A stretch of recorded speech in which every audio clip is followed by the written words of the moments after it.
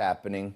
All we know is this, that Governor Cuomo has come on and told all non-essential workers in New York State, following in line with California and Washington and other states, 100% of non-essential employees in the state of New York should stay home.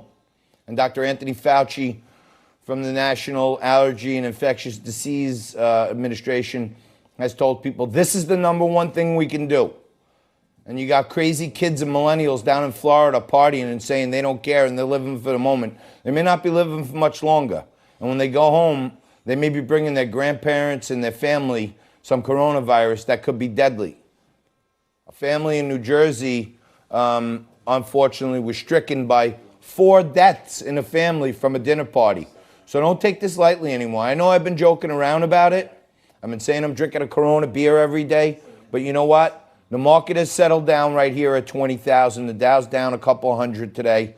Bitcoin is up, actually, at 6,500, up almost 40% in the last week. So there's a bid in the markets. There may be some stability here because they believe people are going to do the right thing. We got to do the right thing right now, folks. Let's check in. The president and his Corona task force are speaking right now. Let's go down to Washington and see what's happening. Sean Spicer is actually in the briefing room, our guy from right here on Newsmax from Spicer & Co. And he actually asked a question. Formerly, he was behind that podium. Now he's in front of it. And let's take a look on let's check in on what's going on in Washington. There's a press conference going on. And I don't know if I mentioned this, but you may not believe it, but today, look at this. We're in a brand new set. We're in my house. The whole team did an emergency move last night, and we're going to keep being here, broadcasting online, on air, and everywhere we can to tell you everything you need to know. But let's go to the experts in Washington right now and see what we really need to know. Has ever happened before. Over 140 countries. And you have supply chains that are broken down for 2 reasons, because they can't supply that much and because people are sick and they can't be on the chain. So you have a lot of interesting things all over the world. You have supply chains that broke down because of the illness and also because of the quantity. But we're getting it ordered, we're getting it done, and if you just have to look.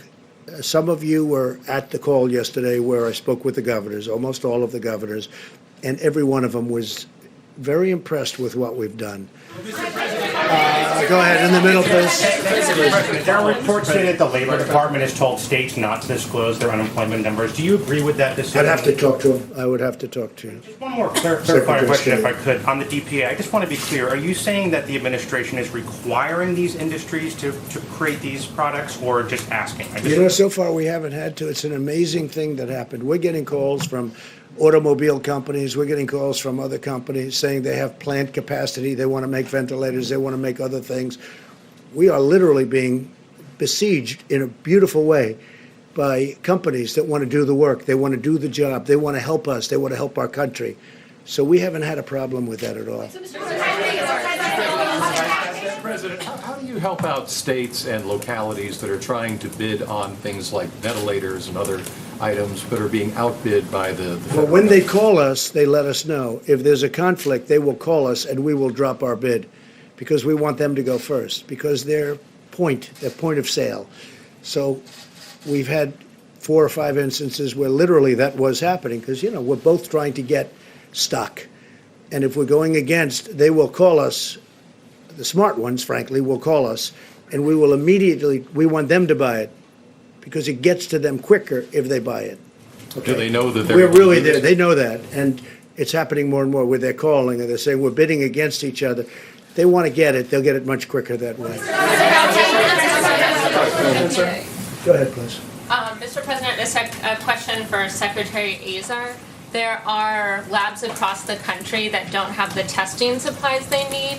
What specific actions is the administration taking? I tell you what. What specific actions? We inherited an obsolete deal, and we've made a good thing out of it. I haven't heard that question in a while, but go ahead. Yeah. So first, we're making tremendous progress in terms of lab testing. Tens of thousands of tests are being done every single day, both through the CDC and the public health labs, as well as now through the private sector commercial labs. They're getting to scale. They have supplies. They have high throughput. We do hear anecdotally occasionally of, say, a public health lab or another one that has a concern about this supply or that supply. Through FEMA, we actually are standing up a laboratory task force to answer those questions. Usually, it's that the lab people do not understand that there are actually alternative supplies in the marketplace that they are perfectly free to use. We've actually had to put out some common myths and truths about that. For instance, the other day, we were getting calls from governors saying, we don't have swabs, there are no swabs, there are no swabs. Our supply people went in the open marketplace and bought 200,000 swabs in the open market, and I just sent a letter to every governor sending them swabs. So some of it's just they aren't listening or checking with us about all the freedom, all the capacities out there. It's a complex system with 330 million Americans and all of these labs. So sometimes there's a lab that doesn't understand how much flexibility they have and how much supply there is out there. And we're working through the new FEMA Integration Center to help correct that for folks. Secretary Azar. Be happy to. That's how well that's working. Well, as I said, more and more tests are being performed every day. And as we learn about the results that are being reported around the country of coronavirus tests, our experts continue to look at the numbers and see that some 90% of Americans that are tested do not test positive for the coronavirus. And so it can give you a sense of the magnitude of testing that's going on. We have the number of cases that we've reported today, but it's in some cases near to 10 times that have been tested. But let me also emphasize how important it was in answering these questions for governors and local officials that the President stood up FEMA and the National Response Center, where we briefed governors yesterday.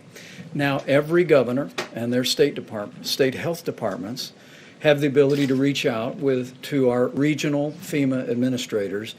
And that's how, as the President said, we're sorting out those potential conflicts between very significant federal purchases and procurements and as hospitals and state governments are purchasing as well. I think the new streamlined system operating now in all 50 states and our territories of governors and states going through their regional administrator for FEMA is going to make it more possible for us to ensure that our hospitals, our healthcare providers have access to what's available on the open market and elsewhere. Mr. Vice President, you're the head of the task force. You've seen the numbers. You've spoken to average Americans. You're a former governor.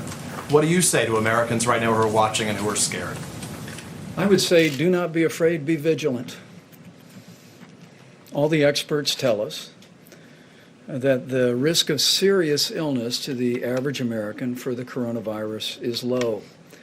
But we need every American to put into practice the President's coronavirus guidelines, 15 days to slow the spread, because the coronavirus is about 3 times more contagious than the flu, according to our best estimate. And you can contract the coronavirus, have very mild symptoms, if any, not even be aware that you have it, and expose someone who is vulnerable to a very serious health outcome. That's the reason why we're encouraging people to avoid groups of more than 10, to not eat in restaurants, but to use drive-thrus, to wash their hands on a regular basis. And particularly, we're going to continue, as the President has directed us, to focus on the most vulnerable population, which are seniors with serious underlying health conditions or anyone with an underlying immunodeficiency. It's those people we need to care for, but it's going to take all of us working together to make sure they're safe. Mr. Vice President, on the issue of ventilators, Mr. Vice President. Because you just said that you haven't had to require companies to up their production of medical supplies. But you said last night you invoked the DPA. I'm confused. When we need Require them something, because of the act, when we need something, we order something. And as you know, 2 days ago, I invoked the act, which was a big step. I'm not sure that it had been done before, certainly not very much. And when we need something, we will use the act. What has happened is, before we even go out, many companies, great companies in a totally different business are willing to do things and make things, because that's what they do. They make product.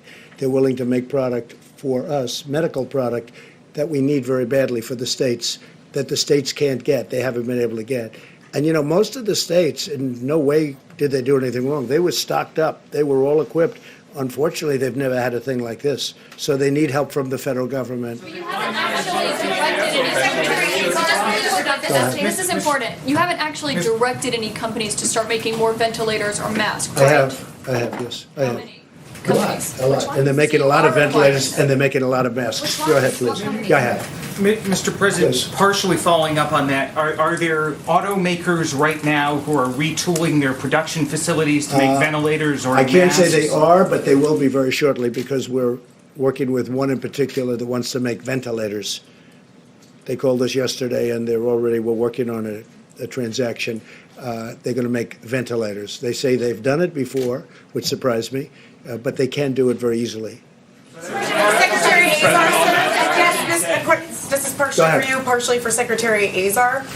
You said yesterday that you had spoken to Carnival Corporation's chairman. Carnival, yeah. Yes, and he said that he could donate some No, ships. not donate, that's not the Or word not donate, donate. He okay, didn't- lend, He's not lend, giving them, he's going to let lend. you use them. I Okay. spoke with Mickey Lend. Arison, who's the president, chairman, CEO, Okay. and owner. I And think he he's got could every lend title some he can ships have. to potentially He be said, hospitals. he said to me that he was willing to, if we need ships for helping people, that Carnival would be absolutely willing to help us in Los Angeles, in New York, wherever they may be, in Miami, where they're very big. If we needed something, they would be willing to. So far, we haven't needed to, and we're bringing the big hospital ships up in California. We're working with the governor of California, as you know, with Gavin, and we haven't made a determination. We're also talking to folks who would like it in Seattle, so we're discussing where it can be most useful.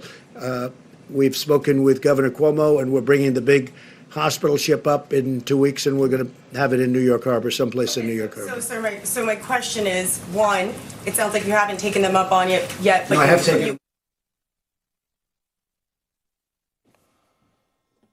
All right, welcome back. That's what's happening down in Washington. We'll keep you abreast of all the breaking news out of there for the rest of the hour, that's for sure. We're trying to bring in everything you need to know. You're watching Liquid Lunch on Newsmax TV with round-the-clock Corona coverage. We're going to take a quick break. We're going to come back right after this with Dr. Valerie Saxian. She's a natural health doctor, and she's going to talk to us about natural things you can do to keep yourself safe at this critical time. Take a quick break. More Liquid Lunch for you right after this.